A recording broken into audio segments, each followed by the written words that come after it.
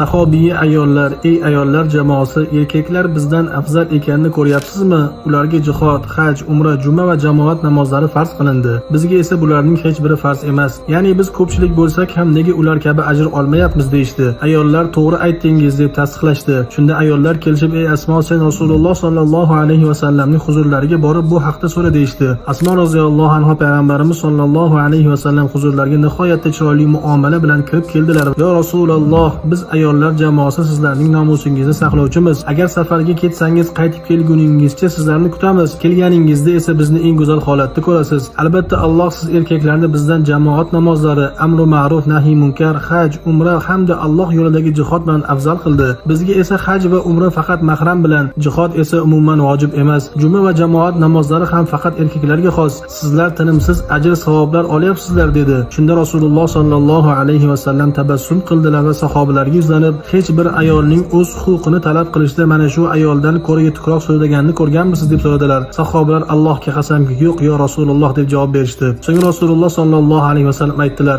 ey Asmo, ortingdagi ayollarning huzuriga qaytib bor va ularga yetkaz. Ayol kishining o'z eriga go'zal muomalada bo'lishi, uning roziligini izlashi va unga itoat qilishi sen sanab o'tgan barcha amallarning, hatto Alloh yo'lidagi jihodning ham ajriga teng bo'ladi.